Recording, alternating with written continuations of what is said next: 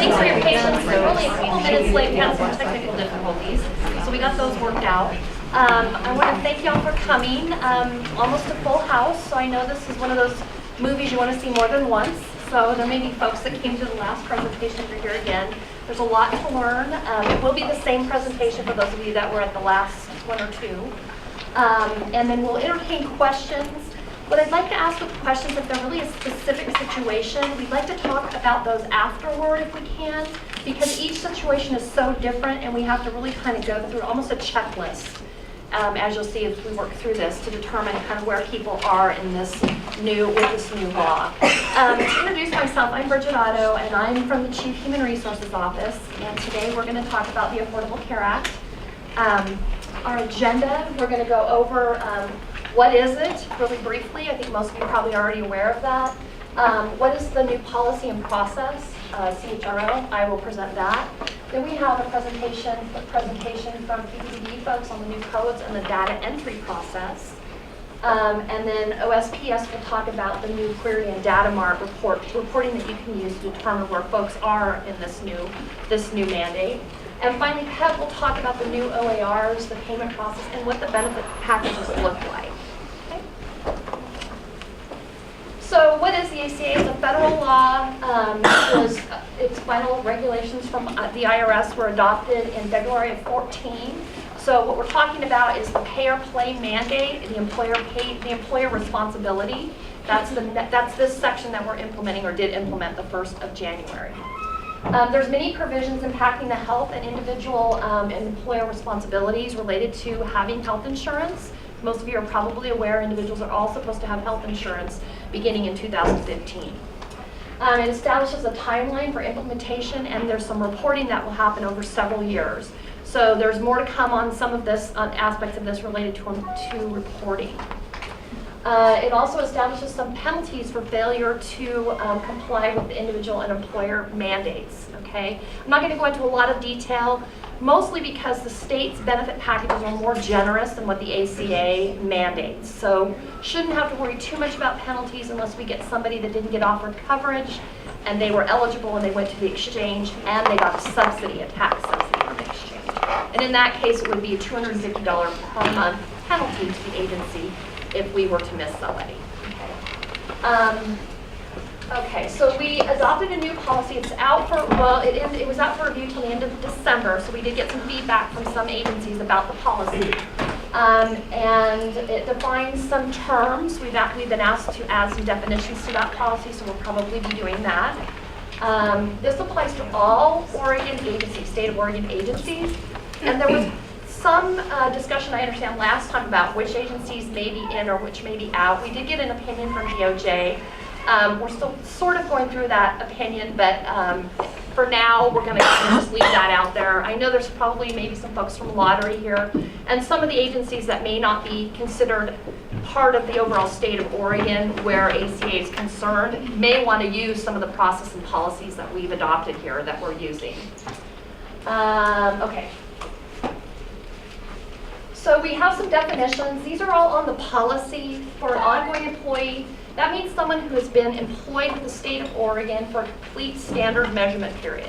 And the standard measurement period for the state of Oregon is always November 1st to October 31st. So our first standard measurement period began November 1st of 13 and ended October 31st of 14. A new employee is someone who's not been employed in state service for an entire standard measurement period. Those folks start on their own individual measurement period, which is a 12-month period based on their date of hire. Okay? And a variable hour employee is an employee that, based on the facts and circumstances at the time of hire, the agency can't determine if the employee is going to be working on average 30 hours per week or more. Okay? Let's see. So just a note here, employee types permanent, seasonal, limited duration, temporary retirees doesn't impact ACA requirements. So it gets a little confusing because we're used to certain terms about certain classifications of employees. Well, with the ACA, that really goes out the window, and we're looking at, is the person going to be working at least 30 hours a week or more, okay? Administrative period, it's the 2-month period after the standard measurement period, November, December, or the period of time ending at the end of the first full month following the initial measurement period. So you may want to refer to this later. That gets a little confusing. I had to read it 4 or 5 times myself, and I'm not sure I always tracked that. So you can try to familiarize yourself with these terms. You may have to read them over and over again to really understand what it means. So as I mentioned earlier, the initial measurement period is the 12 consecutive month period starting with the first day of employment. Okay? The stability period is a 12-month period where the person's benefits stay in force. I've heard Bobby Barrett at PEB call it the golden ticket. Once you hit the stability period, doesn't matter how many hours you work, your benefits are in place for that 12-month period until there's a termination of employment. Okay? There's 2 types of stability periods. There's the standard stability period, which is always January 1 to December 31st. And there's an individual stability period for those folks that are on what we call the individual measurement period. Once they satisfy that 12-month period, they would go on their own stability period until they fold into the standard stability period. Okay. And then again, the standard measurement period is the 12-month period starting November 1st and ending October 31st. Okay, hours of service. So hours of service mean each hour for which an employee is entitled to be paid. Okay, so hours of service also include hours for which an employee is paid or entitled payment for a period of time during which no duties are performed because of vacation, holiday, illness, incapacity. So basically every paid hour, I can't think of one that wouldn't qualify toward this number of 1560. Okay, or the stability period, okay? Even cash outs. So vacation cash outs, comp cash outs, those are paid hours, okay? Okay.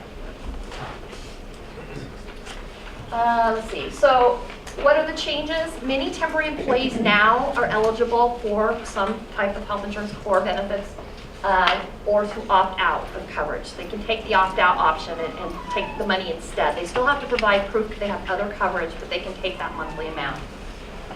Employees who may be on leave without pay and are in a stability period, they could be eligible for benefits even without the 80-hour PEB rule. So that's that golden ticket, the stability period.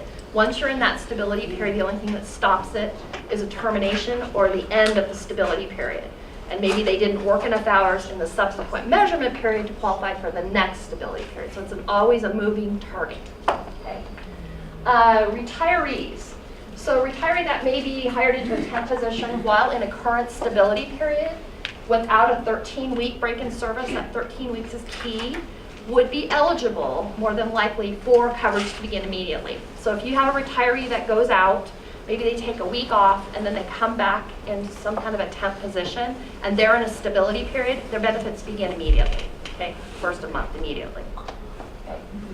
And then the entire state is treated as a single employer. So previous hours worked for a prior agency count toward that stability period, okay? So there has to be communication between agencies at times when temps move between agencies or you've got a permanent coming into a different agency, you know, as a temp employee. So you want to be in communication with the prior agency or have the ability to look at that person's payroll report so you can see what they've been doing. Okay. So eligibility for temporary employees. Temporary employees who are expected to work at the time of hire at least 30 hours per week. If they're backfilling for a position, a permanent benefited position that's out on leave, even if they're not working 30 hours a week, or the temporary position was otherwise advertised as full-time, those folks are entitled to benefits on the first of the 4th month, okay? Some folks, they still have to be employed by the first of the 4th month to be able to tap into those benefits, okay? Some will, some won't. A temporary employee who does hit the 1560 hours in either their individual measurement period or during the standard measurement period is basically in that stability period, like I mentioned. And this includes retirees for that period of time until they're either terminated, essentially. Okay. And a temporary, again, I've said this, and a temporary employee who is in a stability period is immediately eligible for benefits. Okay.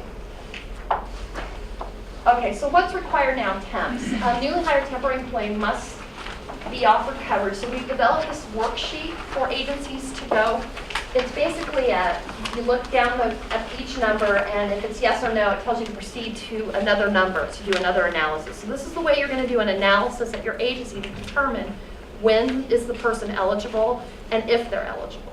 Okay. I've worked with a number of folks, Jessica and I both have worked with a number of folks that are agencies that are starting to understand this and they're using it.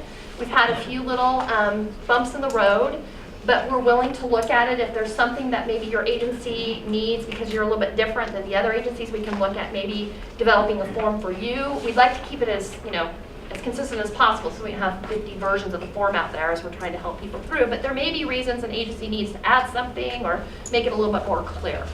So if you work through this, if you haven't had a chance to read this, I suggest you go to the ACA webpage. It's CHRO, it's got its own page. Go ahead and take a look at this. And we're happy to work through any individual situation. We've got many phone calls at DAS, and we just work one by one with agencies. So again, what's required and some important reminders. Any hours worked for a state of Oregon employer not in PPDB must be gained by calling. So you have to communicate, like I said, with the former agency. The worksheet walks you through that. Okay. When we say agency, we changed the worksheet a little bit to say any agency because it became a little confusing for agencies. They were thinking, well, wait a minute, they worked prior from my agency, but that's the same agency. So it's any agency, even if it's your own agency and they worked maybe 6 months ago and then now they're coming back, okay? All ACA temps must be entered as appointment T, so there's no change there, and full or part-time, regardless if the employee is not working full-time, and the pay basis will continue to be keyed as hourly. Okay? Only the PA code 210 will allow the current representation code to change to one of the new ACA representation codes to allow benefits to be processed on a temporary employee that is currently in PPDB. And Jeanette Miley will go over a little bit more about that when she comes up and does her section, but that's just kind of an overview. If a newly hired temp is eligible immediately for the benefits, the employee will be entered in PPDB using the appropriate temp appointment PA code 167 or 168 and entering them into one of the new ACA representation codes. And then making the offer of coverage. So DAS did the first round of this for those that we looked at between the standard measurement period, the first standard measurement period, and sent notice out to those folks. We did get, some enrollment forms back. We had about, I guess, a quarter of those come back that we'd sent out notices to. So here's a template for agencies to use. We're working to get all of our templates so that they're Word documents. Some agencies want to put their logo on them. So we've got a couple out there that are already like that. We'll go ahead and continue to do that. I'm not sure we have this one out there like that. We may. This is something you're going to want to place in the employee personnel file. It documents the offer of coverage. And then enrollments for temporary employees will be done on paper. The first go around, we had a special form that we used for those that were enrolling. Now it's just your current paper form that you would normally use in an agency. Okay. And then we've suggested there's a box on top of the form on the right-hand side at the very top. We suggested that that's used to put an effective date in there for agencies to remember to track when that benefit is effective. Okay. Okay. All right, so then we developed this handy-dandy calendar, which is really helpful. It tells you when the person was hired or the range the person was hired, when the coverage would become effective, when you have to do the entry code, the PPD entry, and then when you would do the payroll entry, the benefits, okay? This is very helpful to use in conjunction with that worksheet so that you can note, when the effective date is on the enrollment app. Again, you can use that effective date box on the enrollment application to write in the effective date. Maybe you want to make a tickler. Agencies are doing this in many different ways, so it's whatever works for your agency, okay?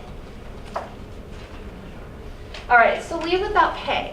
So most of your permanent benefited employees, this is where they're going to potentially rise to the surface. Somebody that goes on a leave without pay, say they've exhausted all of their protected leave, and they're going to need a little bit more time to recuperate from some illness or injury. You want to stop, because if they're in a stability period, meaning they've worked that 1,560 hours during either the standard measurement period or their initial measurement period, COBRA would not apply because they are, again, in that golden ticket. arena. They get coverage for that 12-month period as long as they're employed. They still have to pay their portion of the premium, but the agency has to pick up its portion during that time. So one of the things we want to remind agencies is that if you would have normally required 80 hours to pay benefits and or offer COBRA, you need to stop and do the look back to see, did they work 1,560 hours? A full-time person working 40 hours a week will typically hit 1,560 in 9 months. Okay, you're looking over the 12-month period, but that just goes to show you it takes 9 months typically to hit that. Okay. Okay. So the 80-hour rule in COBRA, the 80-hour rule does not apply again if somebody's in a stability period, and it doesn't matter what their classification is, temporary, permanent, part-time, everyone that's in a stability period, no 80-hour rule is going to apply. Okay. And then COBRA would be offered to employees who terminate coverage. However, if an employee has no regular paid hours and is in a stability period, there's no need to offer COBRA. Just reiterating that again. Can't stress that enough. And you want to always check for stability period before requiring 80 hours or not paying the insurance. It's very, very important. If you need help with that, please give us a call. We can help you walk through that. I've done that with many people already, many agencies, trying to figure out who may be eligible to come back on the insurance the 1st of January of 15. So this was the implementation and timeline, and I already talked a little bit about this, but the initial letters were sent out from CHRO, and then agencies received lists of copies for the file. We also received the enrollment applications, and we checked through them for accuracy, and then eventually sent those on to PEB. DAS, EHRS, and HR Systems did the initial PA code and PPDB, okay? And then PEB did the data entry for all the benefit enrollment forms, okay? And then beginning of November 1st, we began sending out, at some point in November and December, we sent out notices to agencies that had, ran a report and determined who was hired in November and who was hired in December, and sent out notices to agencies with those lists of folks that they need to offer coverage, and asked if agencies need help working through the worksheet. We were there to do it, although I have to say I'm pleased to announce that a lot of agencies are really getting it and working through the worksheet on their own and able to do it. But we did send out those notices. I know I sent out the December one last week. So those agencies that had hires in December should have received any. If you didn't receive a notice, that means we didn't see that you had any hires. The only day that we couldn't see was the 31st of December because we ran it a little early so that we could get you folks a jump on it. So you'll see in the email from me that you want to look at your December 31st hire because we didn't capture those in that report. Okay. Okay, so all temps hired January 1st of 15 forward, the agencies will be doing their own worksheets and ensuring the offers of coverage and data is complete. You're going to want to monitor the individual measurement periods as you bring people on, especially those that go out on any type of leave, as we noted. We need to just chat about that until you get comfortable with it.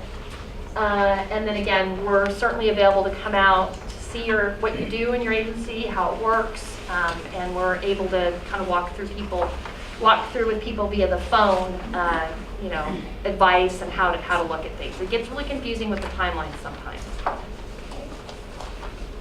All right, and then again, leave without pay. Any employee who's in a stability period effective January 1st you want to make sure they are enrolled. Okay, so we had some folks that had enough time during the standard measurement period, met the 1560 hours. Maybe they went out on some kind of leave, unprotected for a couple of months, and now we're into January, and they did work the number of hours, so January 1, they should have their benefits reinstated. Okay, so if you have questions about that, feel free to ask Jessica and I after this presentation. We can walk you through that. So, okay. Okay, so finally, what I want to say is it's imperative that HR and payroll at agency level communicate. It's really important because there's going to be aspects that HR understands and there's going to be aspects that payroll or they may have knowledge of. The two need to kind of figure out a way to communicate. I've had a couple agencies already document processes, and I'm happy to share those with anybody that needs one. They've documented what they're going to do, and it may not fit for what your agency needs, but it might be a starting point so that you can kind of get an idea of what you need to be thinking about. but it's really important that payroll and HR staff communicate at the agency level. Okay? Do I have any questions before I turn it over to Jeanette? Sure. Are these all located somewhere on the internet? Yeah, so the question is, are these all located somewhere on the internet? Yes, they are on the ACA webpage. It's on the CHRO webpage. You can link directly from CHRO. You'll see on the right-hand side ACA. You click on that, and the toolkit's there, the policies there. The PEB OARs, temporary OARs are there, and the PowerPoint. And this, we're hoping to put this video, because we're filming this time. So hoping to put that there as well, so that those that could make it can at least see it. Okay. Anybody else? Hopefully, FEMLA time, if it's unpaid, does that count towards the Yes, hours? it does. So good point. So OFLA FEMLA time, USERA time, workers' comp time away, they're called special unpaid leaves under the new law. And that time counts as if they were here. So in other words, you can't penalize somebody for their time away under those protected leave, USERA leave. You have to give them the time. It counts toward the 1560. Okay? Sure. So essentially, like for the military, the 2-year period that they're eligible for has now expanded? So for military, we'd have to look at it, but basically, if they worked enough hours while they were still employed, well, that's not true. Yeah. See, we'll have to look at these, but yes, that time would count because it's USERA time away. So it would count toward the measurement period for that period of time. When they come back, they'd be immediately eligible for benefits. If they come back with If they do, yeah. in the 2-year Yeah, period. yeah. Okay. Anybody else? Okay, I'm going to pass it off to Jeanette.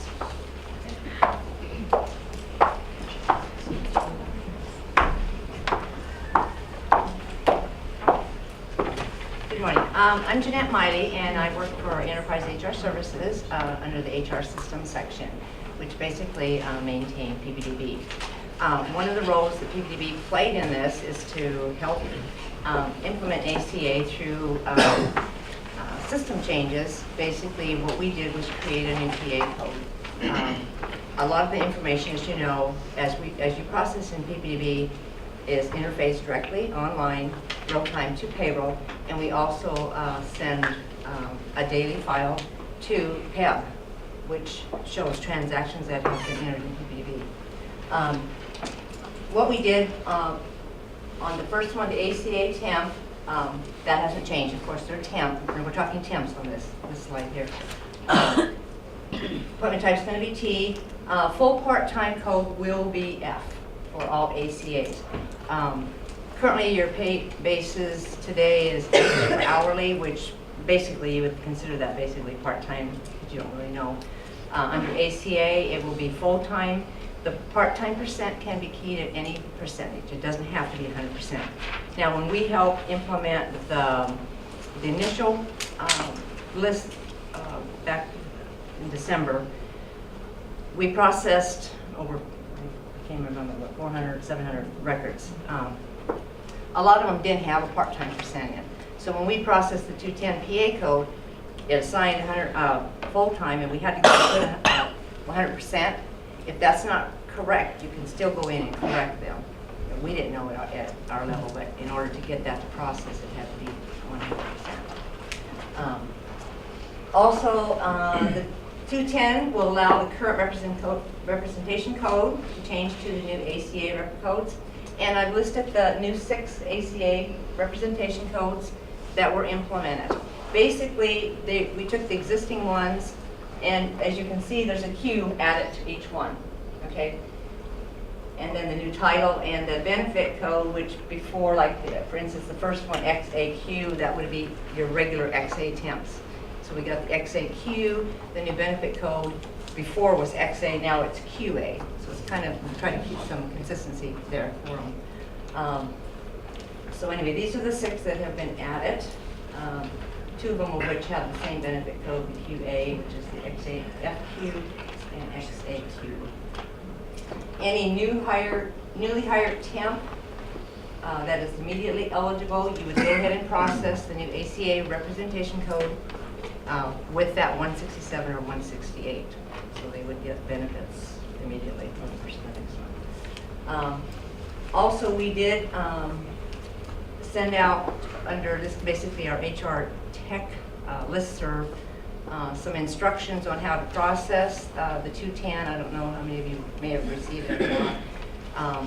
It will be out on our website, hopefully today, this week for sure. Same with this document will be out there on the HR systems website also, in addition to the CHRO.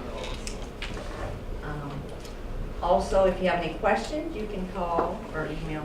Email PPTB group is the best way. That way it's not just one person getting that question. One thing I do want to remind everybody, every month we send out a monthly report, and I forgot to get the audit number, but it's temps due to terminate either the current month and the previous month. And it's really important, especially now with ACA, is to terminate them temps, okay? When we were processing the majority of people in December, there were a lot of them out there that had set dates way back in April of 2014, they were still working. So we got most of that taken care of by the agencies. But again, look at them audit reports. If you have any questions on how to process them. If you need to extend them, go through that process or else terminate them. Otherwise, their benefits may continue longer than they should. Is there any questions on the PPDB portion of it, processing? Feel free to call or email if you have any questions.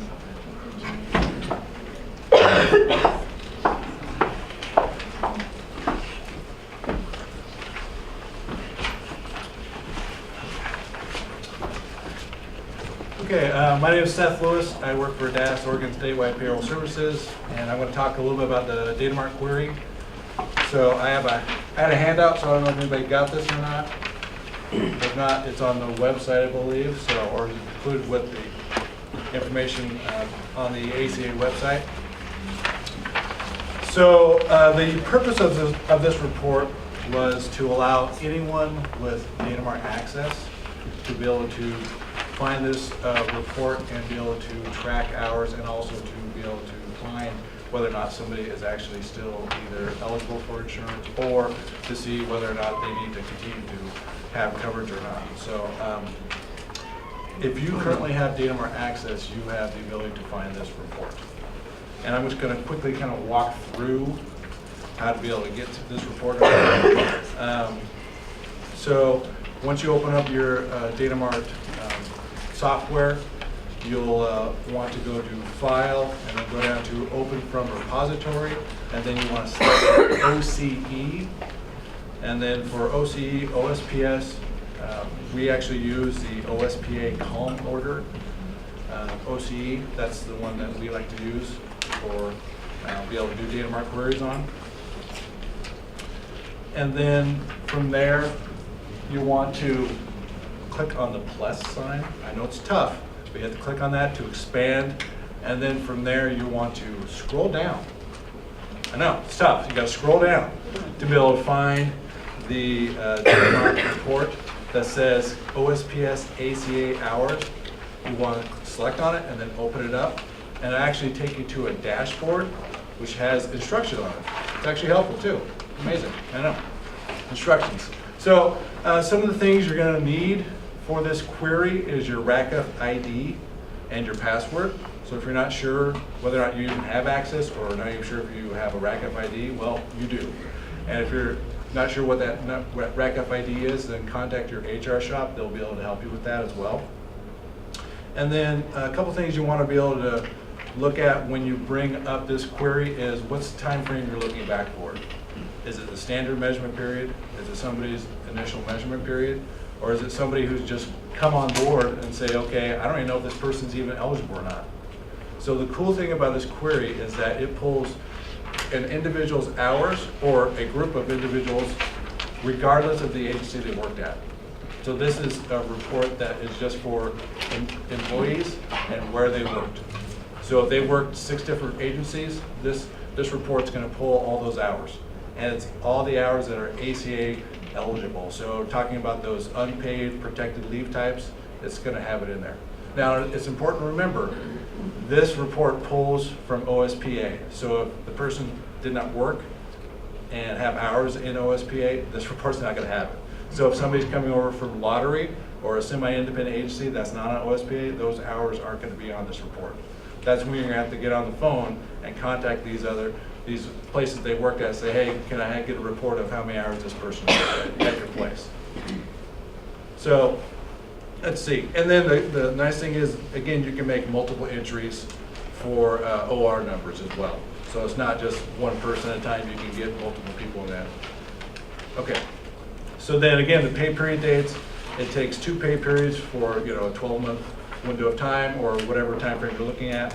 So especially important for new hires, you get to go backwards for that 12-month time frame. And then it's also for the initial measurement period. Again, temps, there are any temps considered variable hour employees. Those are ones you're going to have to take a look at. And if they're still around for a year later, you want to again do that look back for these temps. And then again, the standard measurement period is that November 1st to October 31st time frame. Where are we at? Okay, next slide. Thank you. So then we have a results section. So this information, we do have a pivot that kind of summarizes it, but then also it gives you all the detail as well. So if you don't like the actual summarized version we have, you can take this information, copy and paste it in Excel, and be able to take a look at the hours and see whether or not there should be extra time added in there. Maybe somebody didn't encode it correctly to film an OFLA or some other kind of protected leave, to be able to get that stuff in there as well. And then finally, the last slide, or not the last slide, next slide is the actual results. So you have to squint real hard, but you might be able to see it, because I'm actually employee number 1. So I'm eligible, so I'm good. I got the golden ticket. So anyways, this pivot is broken down by pay period. So it's on the monthly level, and it takes it and adds it up at the end to give you the total hours. So again, these hours are for time recorded in OSPA, and it's all those ACA eligible pay tab codes. And remember, it covers any agency that the employee worked. So if you have a temp, or especially a lot of times there's a seasonal, you have those seasonals that come and they work their time and then they come back and you rehire them as a temp. That's a lot of those times where as soon as that person comes to a temp status, you're like, okay, is this person eligible or not? The one thing you want to look at is if the person was already eligible before they became a temp, well, you want to do the look back, but my guess is if they're eligible before, they're going to be eligible when they become a temp. Okay, so the last slide I have is how do I get data mart access? So one thing is if you don't have it on your computer, you want to talk to your IT department to be able to get the Hyperion system IR Studio software. And there's an actual form. We don't have enough forms, so we wanted another one to be able to have people fill out. So you want to fill out that form and give it to your agency security officer, and then have them send it into DAS, SARS security. And so when you fill it out, you just put all the information in there, you send it to give it to your agency security officer. They'll actually email it into the security group for DAS, and then they'll be able to get you access relatively quickly. So, and again, it's your RACF ID and password. For those payroll folks, it's the same thing as signing in as into OSPA. Okay, so again, this query is out now in the repository. If you currently have access, you can get to this. You can use multiple employees in this query as well. Again, it gives you all the results of all the hours in OSPA. I would suggest you use it for new hires, for initial measurement periods, for standard measurement periods. And if you want to make some changes to this query, you can save a copy to your desktop. You can adjust it to your agency's preferences.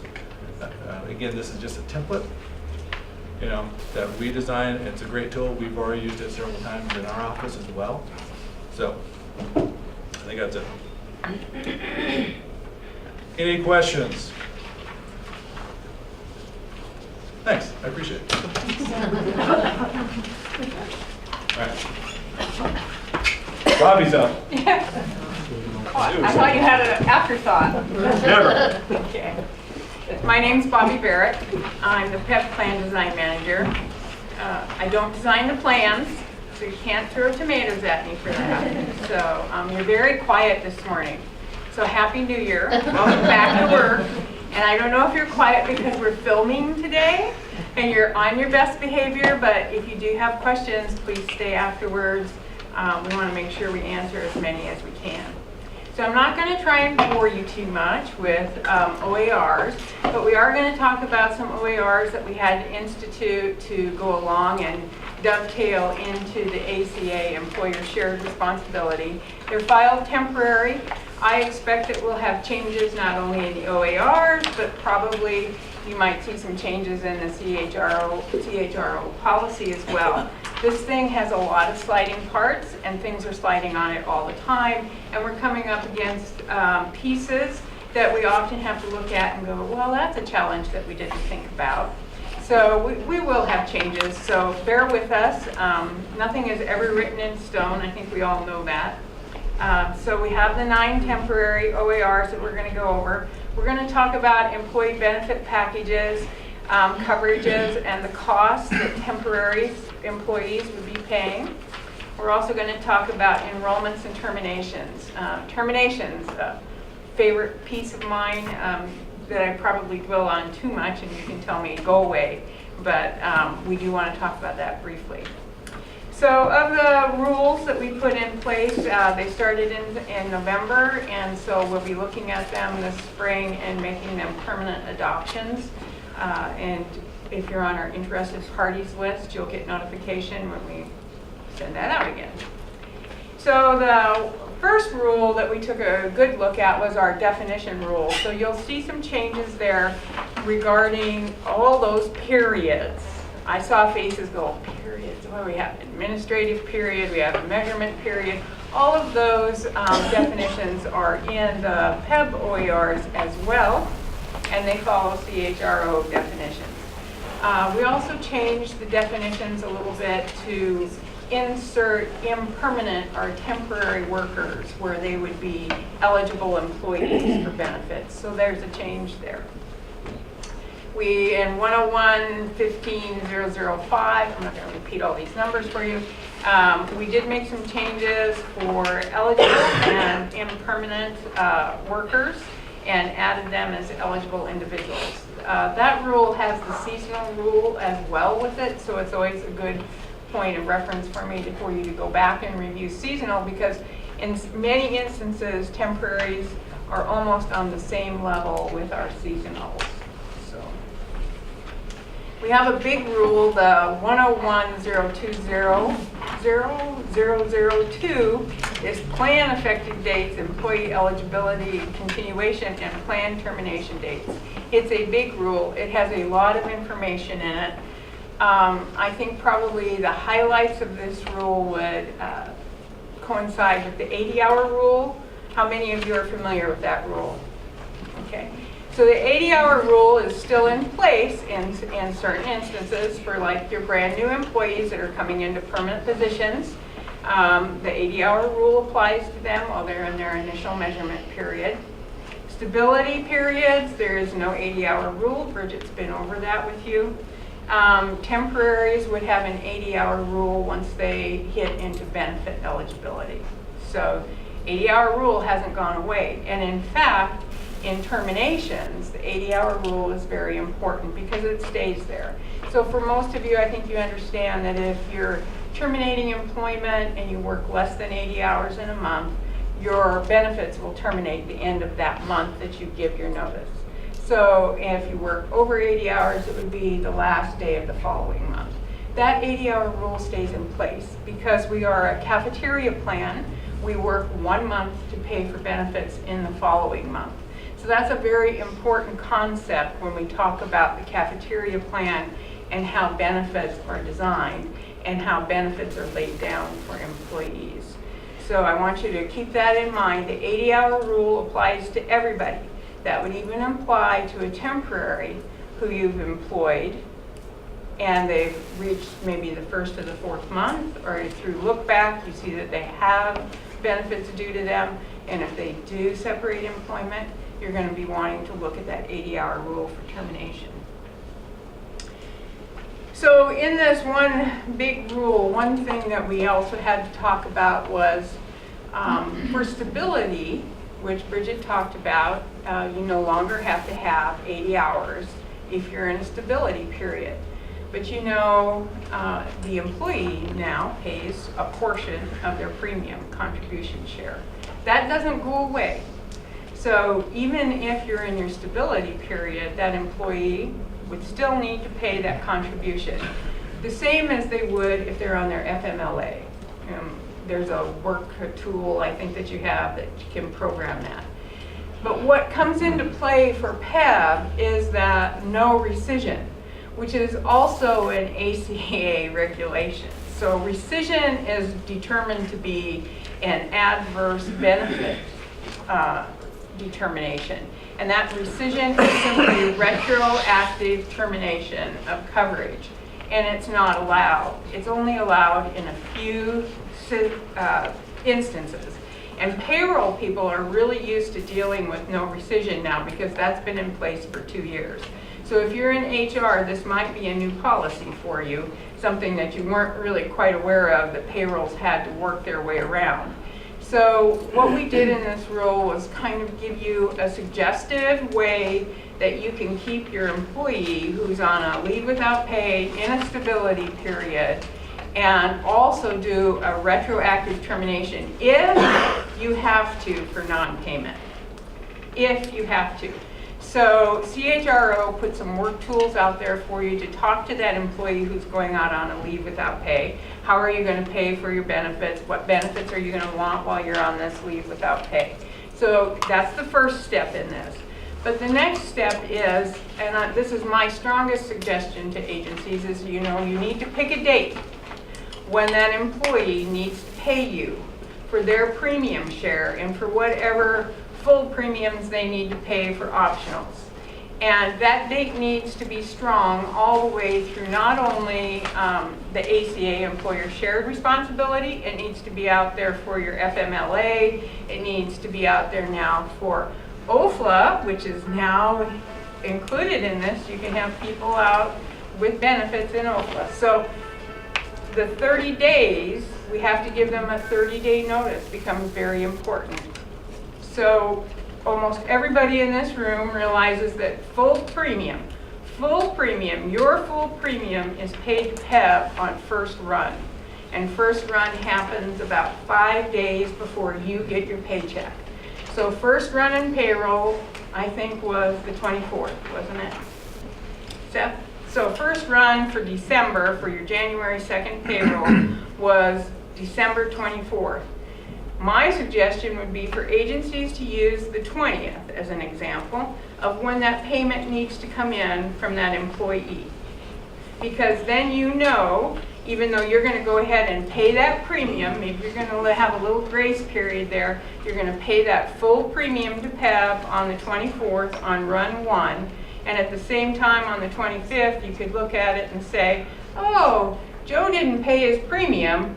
We need to send out a letter for non-payment. And in that letter, you need to say when payment is due by and when it's not due, when you're going to retro-term that coverage. So if the payment's not made by that date, you can do the retro-termination of coverage. You can come back to PEB. We'll reconcile and refund the premium, okay?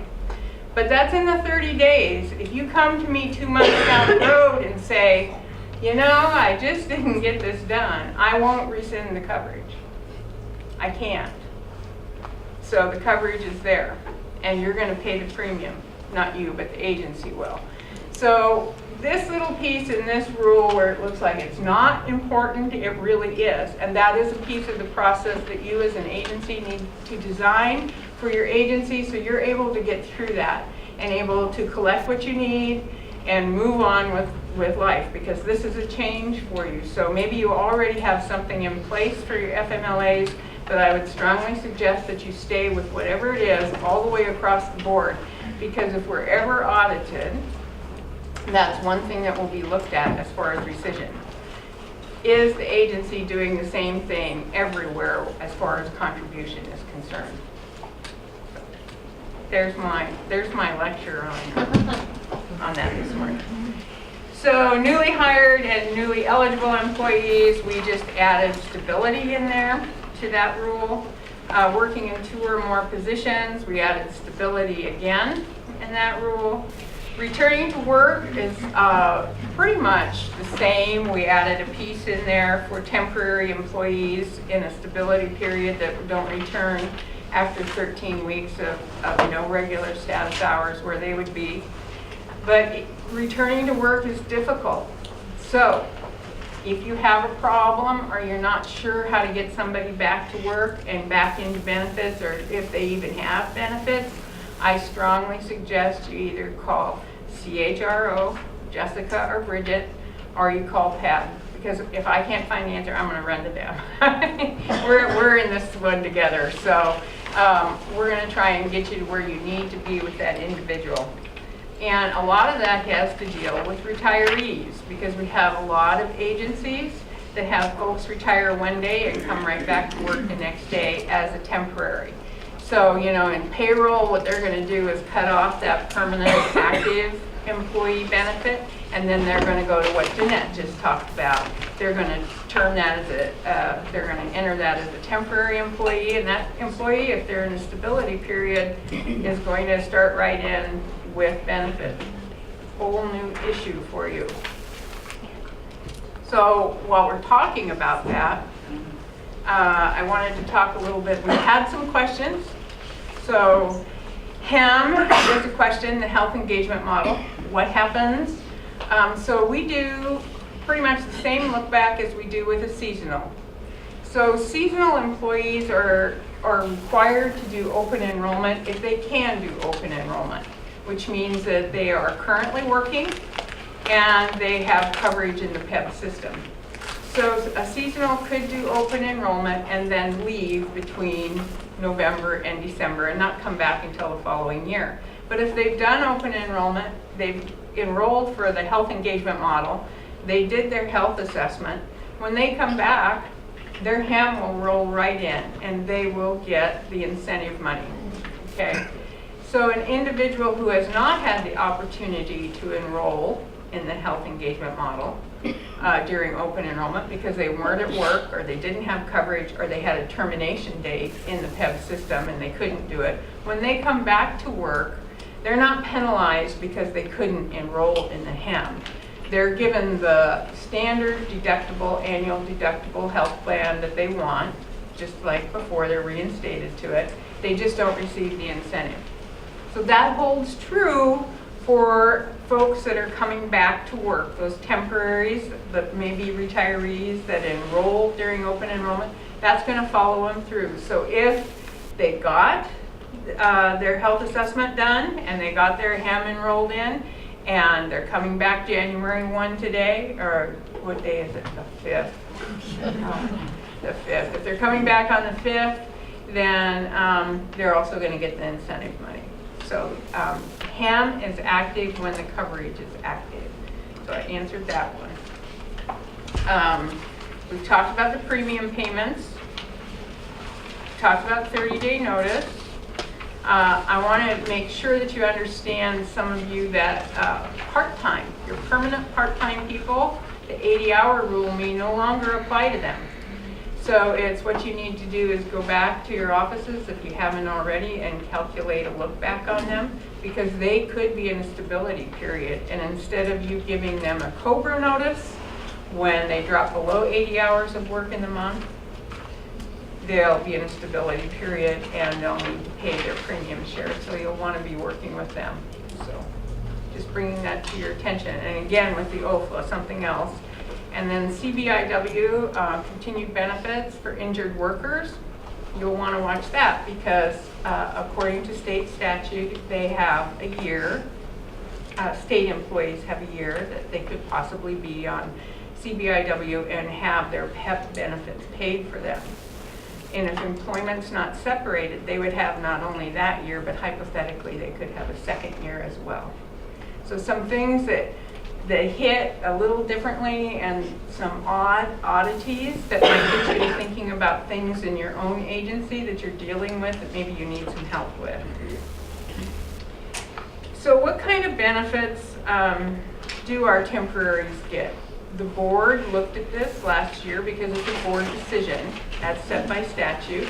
And they decided that because these are full-time employees under ACA, and let me clarify something, PEB does not set the classification of an employee, permanent or part or any point.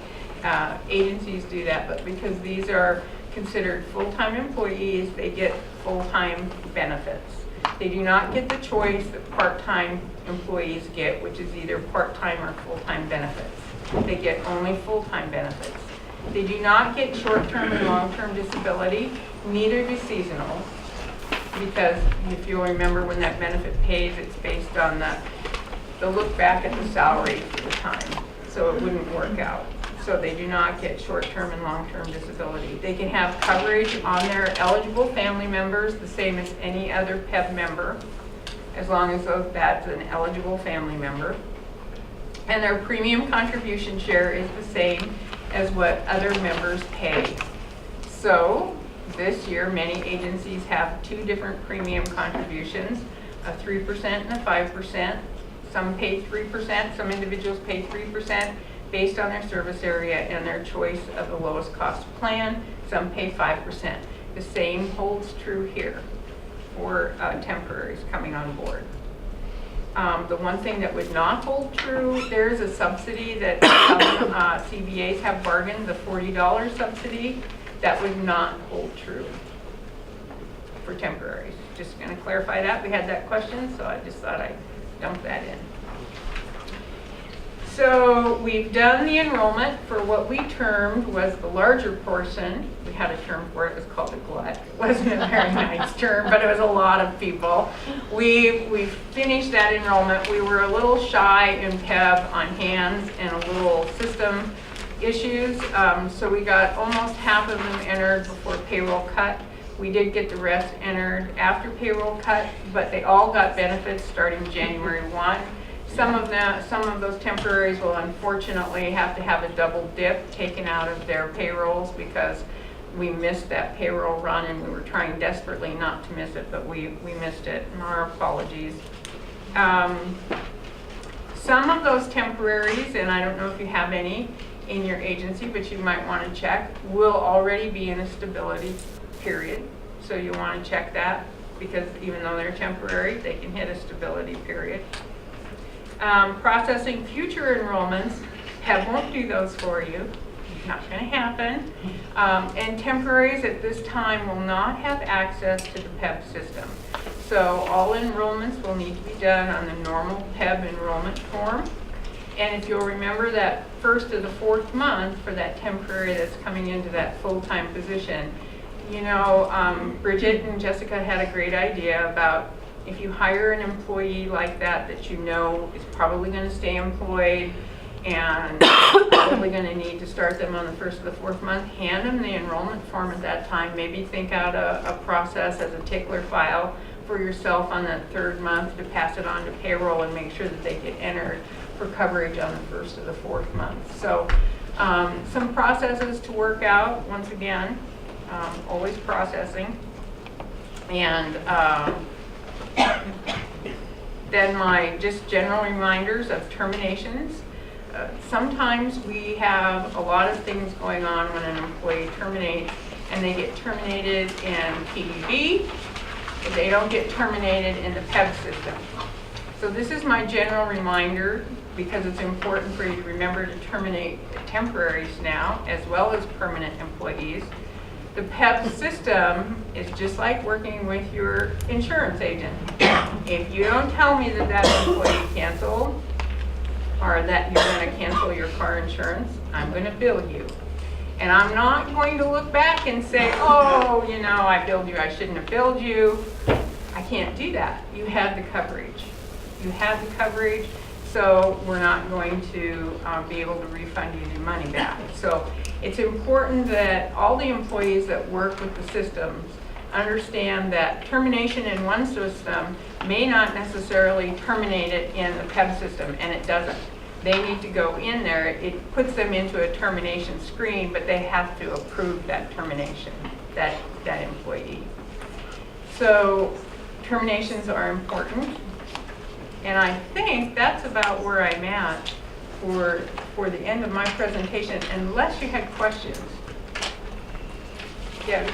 Do you see that payroll systems of agencies, Dean wants to contact Pam? I want to make sure that they have access to your system to cancel, right? It's not an HR. Oh, the question is, who has the access to the PEB system to cancel an employee coverage? And it depends on the agency. So we have some agencies that have HR staff who actually administer the benefits. In the majority of agencies, it is the payrolls, however. But you'll want to check with your agency, or you should know who in your agency actually does that termination on our screen. Any other questions for PEB? Because nobody's going to call me in 10 minutes, right? Oh, you guys are so good. We ought to have a camera all the time. Thank you very much. Happy New Year.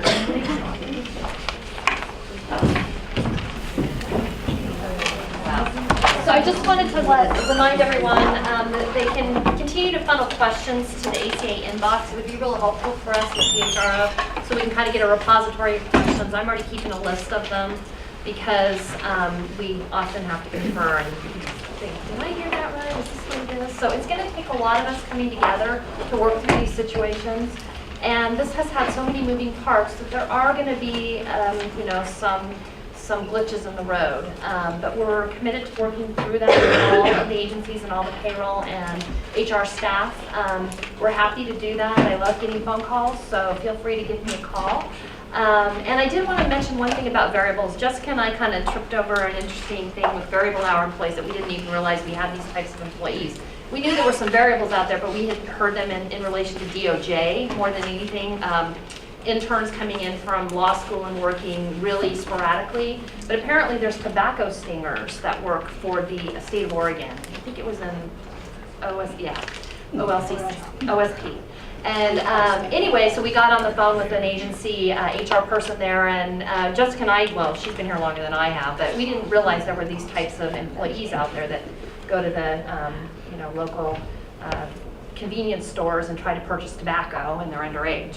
But they work very, very sporadically. So they would truly be a variable hour employee, because when they're hired, the agency does not have any clue how many hours. They may have a general idea, but they don't know week to week or month to month what it's going to look like.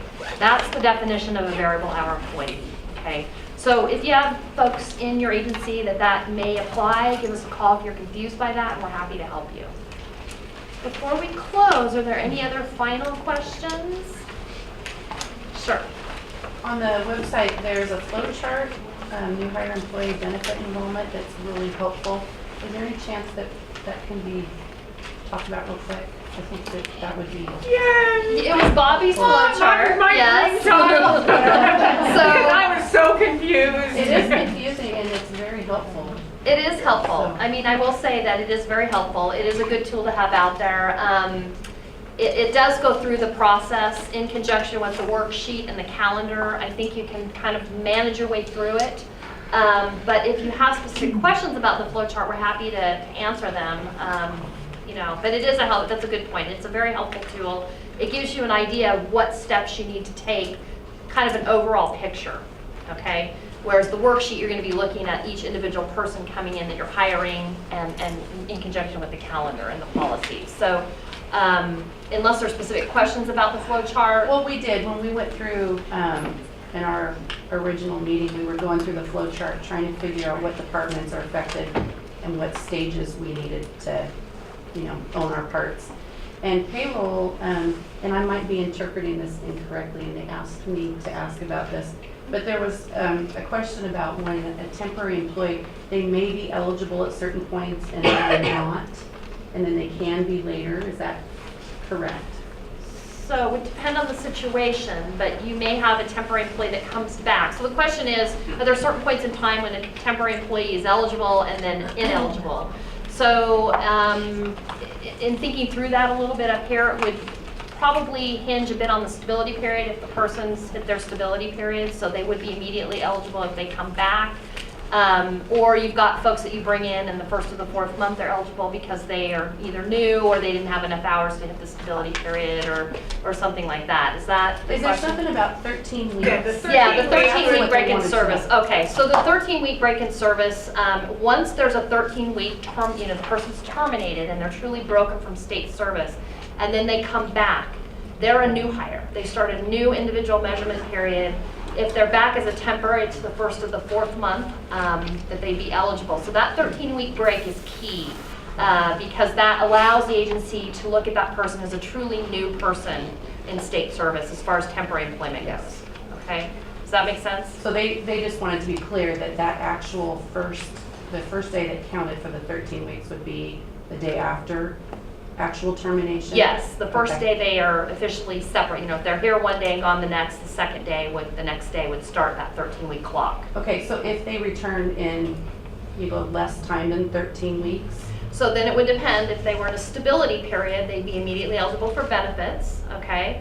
If they're not in a stability period, that prior time that they had counts toward their measurement period. The 13-week break separates all of it. In other words, it all starts over. But if they come back and they're not in the stability period, then you're going to be using the prior time toward the measurement period, okay? Does that make sense? Yep. Okay, all right. Thank you. Sure, So what if you had a seasonal, okay. they ended their season, you hired them as a temp, termed them as a temp, they came back in the next season and there's a 13-week break. Okay, so we're getting a little complicated here. Exactly. I'd like to maybe talk after, if there's a group of people that want to talk a little bit about that, and those that may not. But that gets a little complicated. These are the kinds of things that we're working through one by one with agencies, and it's really helpful because that's a pretty complicated scenario. And my pea picking little brain up here isn't going to follow that until we can have a conversation about it. So if you have situations like that, I would suggest that you get a hold of Jessica or myself, and we walk through that type of a situation because it's going to be very individualized, okay? So that's kind of a nice way of saying I can't answer that right now, but let's look at it together. Okay, sure. I have a question. What if you have a new employee and it goes by the hours and they have an injury? Now they're on workman's comp. How does that apply towards? So Yeah. disability counts. Remember, that's one of those special unpaid leaves. So you would apply that time toward their measurement period. What if okay? they're a temporary worker though and they have a variable schedule? That's So not- if they're variable hour, we'd have to look at that scenario, but you probably still, those hours would count sort of variably based on what maybe they worked before. We'd have to look at it, probably do an average of some kind, but we'd have to look at the situation. But yes, that time would count toward the measurement period, okay? Yeah. In the beginning, you talked about the forms and putting them in the employee's file. Yes. How long do they stay there? Forever or Well, I would leave them in there. retention I of mean, I those. would, a personnel file, I would just leave it intact. I mean, I would remove those after a period of time. They'd be on the same retention schedule, any personnel file, just part of the personnel file at that point. So I would leave them in there. I don't know if anybody else has any ideas on that, but I personally would leave it in there the entire time the person's here. I mean, it was just part of that record. Okay, does that make sense? Okay, sure. Do you have to be in a stability period? If you start out, you terminate, you're in a stability period, temporary, you get benefits, you're eligible for benefits. Then do you have to maintain that stability period if people come back on as a temporary employee, say after retirement, you can only work 1,040 hours. So if a year goes by, you no longer would be in a stability period? Correct. So you're always working in the prior year for the subsequent stability period. So it's basically this big circle that keeps happening. So So at some point. it would stop potentially if they're, if they don't have enough hours to hit the 1560 in the subsequent stability period, then they're not eligible anymore. Which would be for any retiree. Since Yeah, we're it's possible. Limited to only 1,040 hours. Conceivably, yes. Yeah. The years are so, yeah. Okay, sure. Unless that employee is backfilling behind a permanent. That's full-time one thing. employee. So That's if they what come they're back doing. and they're filling behind somebody else, maybe you got somebody on FEMLA and you're bringing some retiree back to fill in for that position, they're eligible if they're in a stability period immediately. If they've had a 13-week break in service, they're eligible the first of the 4th month. So it just really depends on the situation, which is why we have to look at them as individual situations. And one size doesn't fit all. It's kind of like FEMLA. Each one of those situations is individual as well. So it's along the same lines. Okay? Sure. I have one more technical question, really. I just wanted to make sure that I understand, when we're entering new hires into PPDB, how do we determine specifically whether they're eligible upon hire, or it's going to be? The 1st or the 4th, you mean? Or? Yeah. Okay, so that would be that look back. I mean, Right. because you want to know, are they in a stability period? That's one of the first things you're going to want to ask yourself. Right. And if not, was there a 13-week break in service? If yes, 1st of 4th month, okay? If they're not in a stability period, and there's been some, seasonals moving to temporaries in certain agencies, and so we have to look at that, but typically those folks would be eligible the 1st of the 4th. And so their season ends, maybe a month goes by, they come back, you're going to be looking at 1st of 4th month for those folks as well, unless they're in a stability period. So then the ones that are being hired to fill in behind people on leave, they would be at the beginning? 1st of 4th, yes. Oh. Yes, unless they're in a stability period, okay? If they're not in a stability period and they're being hired to come in to fill behind somebody out on FMLA and they're going to temp, they're 1st of 4th month. Use the worksheet. And I'll walk you So through you that. would enter them the same way that you do now, so that Right. they Oh, don't okay. get benefits. Okay. Thank you. So that they don't get benefits. Thank And you. then that little calendar piece that you saw, Yeah. so on the 3rd month is when everybody needs to get active and get that turned around at PPBD, so they have the right code so that they're benefit eligible, and pass that enrollment on to whoever does the data entry in your agency to get them into the PEP system for 1st or the 4th month. Okay. That's where we're holding hands. Sure. So in a situation where someone comes to your agency and they're in a stability period, how do you figure out when that stability period started at the other agency? Because they have a 1-year stability period, right? So because benefits are paid monthly, I would say that the 1st of the next month or, What if they were already in their stability period for 2 months at the previous agency? So really they It only just- have 10 months at your agency. You know what I mean? yeah, it just continues. I mean, am I maybe not Well, I just wondered understanding? how you figure out when it started. They don't have a standard. Yeah.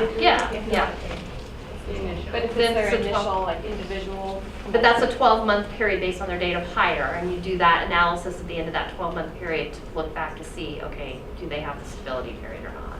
So it just depends where they're at. If they're an ongoing employee or if they're new to state service or haven't been there for one standard measurement period, then you've got to look at the individual measurement period. Okay, does that answer your question? If they were 3 months stability at another agency and came to yours, they'd have 9 more.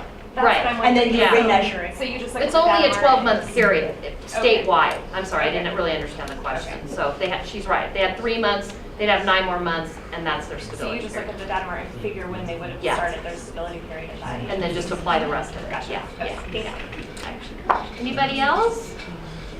Okay, well, thanks for coming, everyone. And again, we're here for you.